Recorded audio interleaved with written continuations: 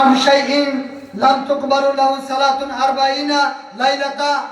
হাফসা রাদিয়াল্লাহু তাআলা বলেন রাসূলুল্লাহ সাল্লাল্লাহু আলাইহি সাল্লাম বলেছেন, যেই ব্যক্তি কোনো গণকের কাছে যায়, গণককে গিয়ে জিজ্ঞেস করে যে আমার হাতটা একটু দেখেন তো, আমার এই হয়েছে, আমার সেই হয়েছে, এই ধরনের ভাগ্য পরীক্ষা করতে যারা যায়, আল্লাহ নবী বলেছেন দুষ্টামি করে যদি কেউ দুষ্টামি করে, অর্থাৎ সে বিশ্বাস করে না, শুধুমাত্র দুষ্টামির উপরে যদি সে বলে যে আমার হাতটা একটু দেখেন তো, আমার রাশিটা একটু দেখেন তো, আমার ভাগ্যটা একটু দেখেন তো, আল্লাহ নবী বলেছেন 40 দিন আল্লাহ তাআলা তার কোনো ইবাদত কবুল করবেন না।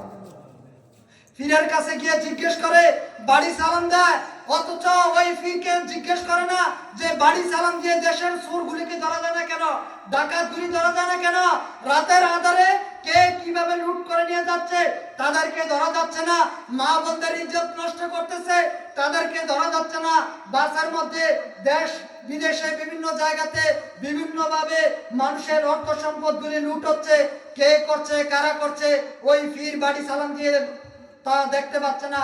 কিন্তু আপনার একটা জিনিস হারিয়ে গিয়েছে, সাথে সাথে বাড়ি সালাম দিয়ে আয়না পরা দিয়ে আপনার পীর বলে দিচ্ছে, আপনি একবার বুঝার চেষ্টা করছেন না, ওই পীরকে একবার জিজ্ঞেস করুন অমুক রাতে অমুক জায়গায় একজন মানুষ হত্যা হয়েছে, তাকে খুন করেছে কে, বাড়ি সালাম দিয়ে বার করেন। কেন থানাতে যাচ্ছেন, কেন উকিল ধরছেন, উকিলের কি প্রয়োজন, ওই পীরকে জিজ্ঞেস করুন।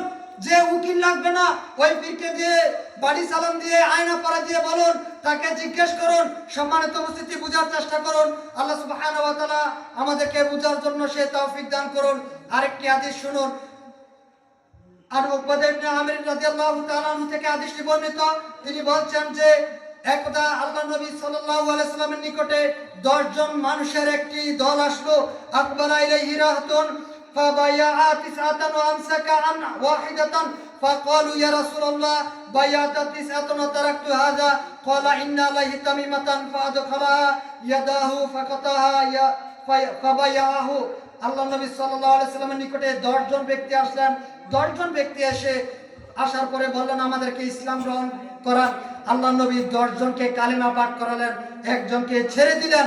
একজনকে ছাড়ার পর 9 জন জিজ্ঞেস করলেন, আল্লাহ নবী আমাদের 9 জনকে আপনি কালিমা পাঠ করালেন, এই লোকটাকে আপনি কালিমা পাঠ করালেন না, ইসলাম গ্রহণ করালেন না। তখন আল্লাহ নবী বলেছেন তার শরীরের মধ্যে একটি তাবিজ রয়েছে। লোকটি সাথে সাথে তাবিজটাকে ছিঁড়ে ফেলে দিলেন। এরপরে রাসূলুল্লাহ তাকে কালিমা পাঠ করালেন। তারপরে তিনি বলছেন মান তাআল্লাকা তামিমাতান ফাকাদ আশরাক। যেই ব্যক্তি তাবিজ লটকালো সে শিরক করলো। যেই ব্যক্তি শিরক করা অবস্থায় কালিমা পাঠ করে তার ভিতরে ঈমান কিভাবে প্রবেশ করবে? আল্লাহ নবী তাই তাকে কালিমাই পাঠ করার নেই। সম্মানিত উপস্থিতি, আসুন আমরা একটু বুঝার চেষ্টা করি। আল্লাহ সুবহানাহু ওয়া তাআলা আমাদেরকে সেই তৌফিক দান করুন। জি, আল্লাহ সুবহানাহু ওয়া তাআলা আমাদেরকে সেই তৌফিক দান করুন। আমরা যদি অন্তত এতটুকু আমরা না বুঝি, তাহলে আমাদের এই কথা বলার কোনো মানে নাই যে ইয়্যাকা না'বুদু ওয়া ইয়্যাকা নাস্তাইন, আমরা কেবলমাত্র তোমার ইবাদত করি, তোমার কাছে সাহায্য চাই, এই কথা বলার কোনো মানে নাই। খাইরিহি ওয়া শাররিহি মিনাল্লাহি তাআলা। আমার ভালো আমার মন্দ সব কার কাছ থেকে হয়? আমার ভালো আমার মন্দ সব আল্লাহর কাছ থেকে ফয়সালা হয়। ওই কোনো মাজারে গিয়ে, কোনো দরগাতে গিয়ে, কোনো দুর্গাতে গিয়ে, ওখানে গিয়ে যদি আমার তাকদীর পরিবর্তন হয়ে যেত, আল্লাহ সুবহানাহু ওয়া তাআলা হিন্দুদের যেরকম 33 কোটি খোদা থাকে, অনেক মুসলমানরা মনে করে আল্লাহ তাআলা মনে হয় এমন অনেকগুলা মন্ত্রণালয় নিয়ে বসে আছেন, এক এক মন্ত্রণালয়ের মধ্যে এক এক আলেমকে এক এক পীরকে দায়িত্ব দিয়ে রেখেছেন, তারা মানুষের অমুক ব্যক্তির সন্তান হয় না তাকে সন্তান দেবে, অমুক ব্যক্তির ফসল হয় না তাকে ফসল দিবে। এই ধরনের চিন্তা চেতনা নিয়ে আমাদের সমাজে কিছু মানুষ বসবাস করে। কেউ মনে করে অমুক পীরের কাছে গেলে হয়তো আমাকে সন্তান দিবে। সম্মানিত উপস্থিতি, এই সমস্ত শিরক থেকে বিরত থাকার চেষ্টা করুন। আল্লাহ সুবহানাহু ওয়া তাআলা আমাদেরকে সেই তৌফিক দান করুন। আমিন। আকুলু কাওলি হাযা আস্তাগফিরু লি ওয়া লাকুম ওয়া লিসাইরিল